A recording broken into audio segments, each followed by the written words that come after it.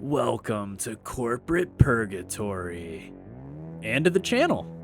What's up, guys? I'm Captain Balbo, and if your time is strapped and you want this video to begin straight and to the point, then say no more. Abiotic Factor is hands down one of the best survival craft games I have ever played, might even be the best. For the last 24 hours of in-game time, my best friend Smeets and I have been lost in this Black Mesa meets the forest sci-fi nightmare, and I have a ton of great things to say about this game and what I feel is some fair feedback. This isn't going to be a full review, it's just my first impressions on the game as I've experienced it so far. So without further ado, this is Half-Life 3. Abiotic Factor. Let's dive in.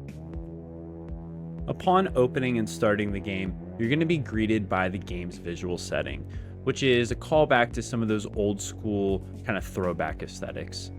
And with that, you'll also find that you are deep inside of the Gate Research Facility. Now, the facility that we're employees a part of and subsequently stuck in is a cold concrete labyrinth. And believe me, you're going to get lost a time or two, especially early on as you're figuring your way around.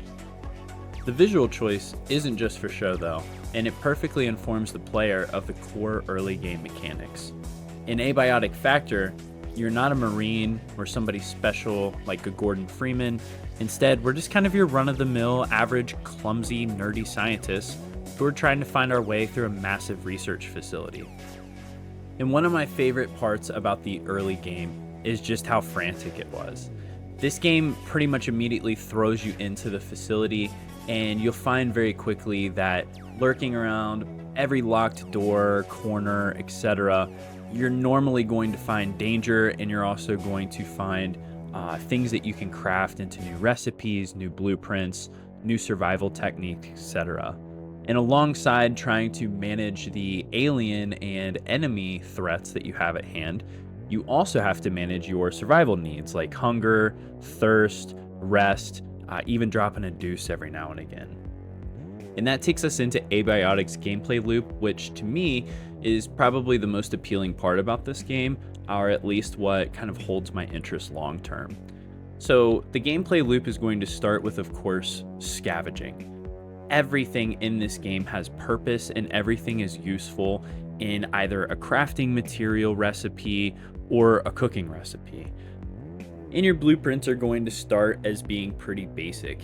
You're only going to be able to craft things like shivs or spears from leftover desk legs. But as the game progresses and you find additional materials, more advanced materials, you'll also start to learn advanced recipes. And pretty quickly, you'll see yourself going from crafting little prison shivs to, flintlock pistols or shotguns and rifles. Different things that are going to do a lot more damage and help you survive and fight some of the stronger enemies. And in my opinion, that's kind of the key to progressing in this game. You're constantly going to be going out and adventuring, discovering new sections or sectors of the facility, and you're going to come into roadblocks, maybe a really strong enemy that you go to fight that you just don't do sufficient damage on, or there could be a locked door that requires a certain crafting part in order to access. And so that's where the gameplay loop comes into play. When you hit those roadblocks, you're going to go back, scavenge materials that you need, build up your fortifications or maybe your weapons a little bit, and then attack that new sector with a newfound confidence and push forward in making progress in this facility. Now keep in mind, I'm only 24 hours in, and we've pretty much been taking our time with this game, kind of exploring all the nooks and crannies, and therefore I've only made it to what I believe is the second official sector of this game.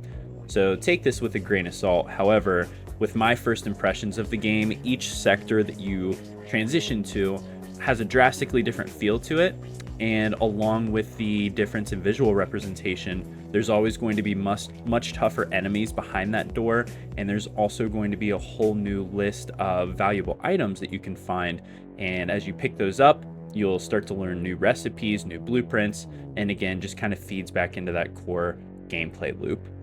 And some of those recipes and blueprints that you learn will actually be utilized in some of the areas that maybe you've already progressed from.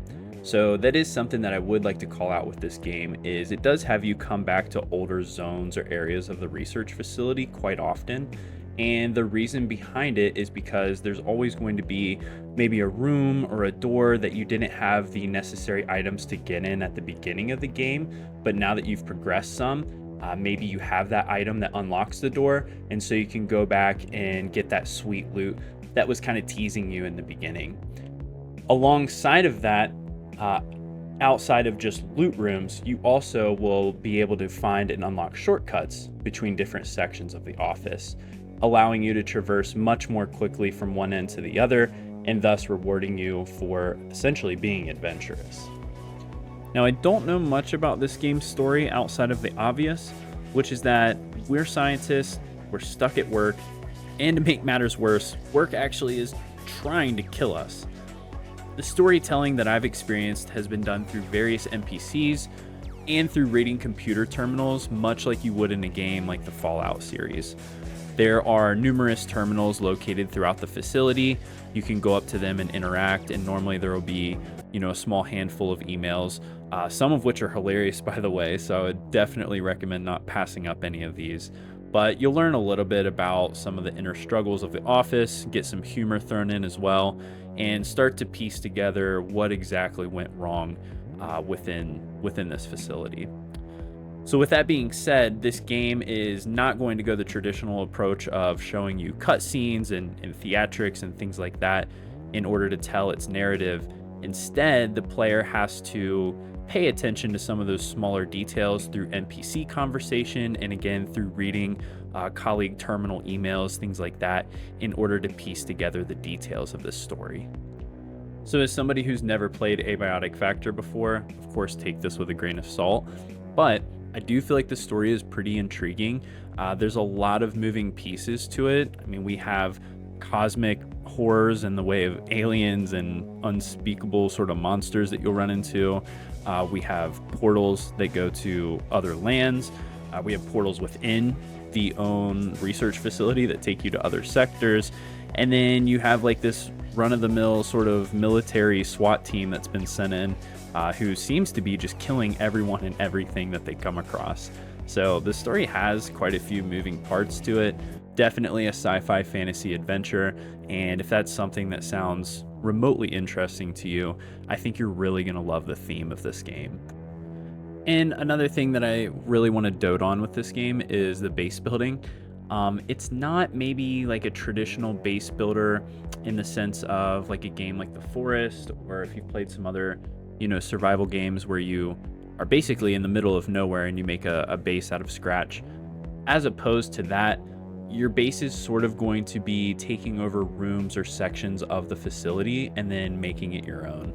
And so whether that's a janitor closet, or as you can see here, we found this nifty little spot back behind the blacksmith guy that had a nice space along with a portal in there. Really anywhere that you find that has a power hookup, you can essentially make your own base by plopping down a crafting bench and then turning that small space into your compound. Bases have a lot of meaning in this game. So your compound is, of course, where you're going to house all of your materials, and it's basically going to be like your central base of operations.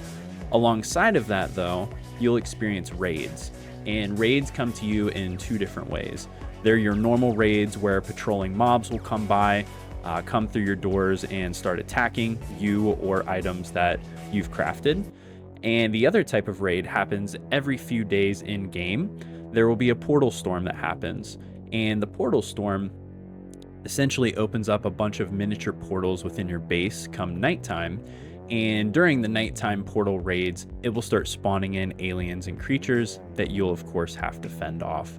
This adds a little bit of variety to, in my opinion, playing defense with your base, also making sure that you have defenses set up strategically, and it's not just a giant warehouse for all of your stuff to go. And the power will go out on you. You can count on that happening every single night from 9 p.m. until 6 a.m. the following day. Now, this is kind of the last piece, in my opinion, of the gameplay loop that I've experienced that makes this game so unique. When the power goes off every evening or night, the player is going to be presented with a whole host of new challenges and difficulties. For one, anything in your base that was plugged into a power outlet is going to power down, and you're not going to be able to craft or use it to its full ability. There are, of course, workarounds with this in the way of crafting batteries and then ensuring those batteries are charged throughout the day. And then during the evening, they can hopefully have enough juice in them to power your crafting structures or even like your defensive towers that you place. However, that's something that you can count on every night. Alongside your base losing power, just to make matters worse, there's also multiple security bot patrols that go on throughout the facility. And these security bots, very intimidating presence in the early game. They take a lot of ammo and a lot of effort to bring down, but they're well worth your time because they're going to drop you some crafting items that you absolutely need to progress. So all of those are really great things about the game, and as far as cons go, I really only have a few that I've encountered so far. The first being that AI pathing, it's questionable at best. Sometimes these SWAT members or some of the aliens will just kind of take off in a direction that doesn't really make a whole lot of sense. And more oftentimes than not, especially if you have a firearm, you can kite these enemies pretty efficiently, and it makes combat, I think, a little bit easier than it was intended. Another thing, kind of building off of that, is we've been playing on the hard difficulty, and I haven't really felt like the game has been overly hard or difficult.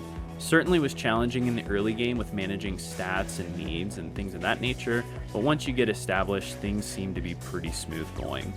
And my last piece, and this might just be a personal user error on my end, skill issue if you will, but I cannot get these ladders down. I cannot walk up a ladder or climb a ladder in this game to save my life on the first try.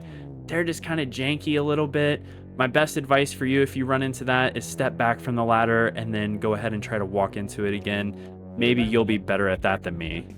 So to wrap up, Abiotic Factor isn't just shaping up to be another survival game that I play.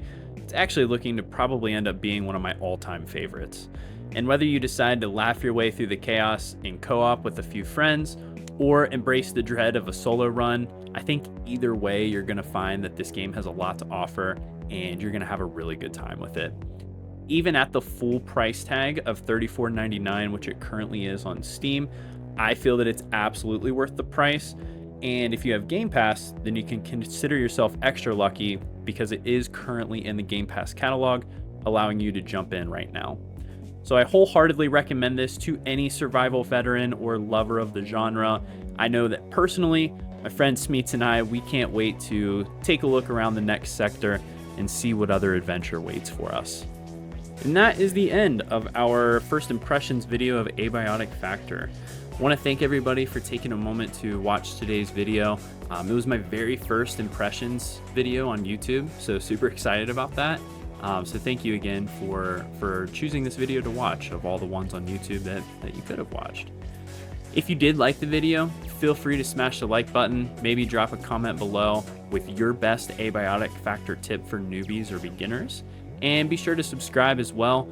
I'm planning on rolling out plenty more content, including some of these full-length videos as well, in addition to the shorts that I normally upload every day or every other day or so.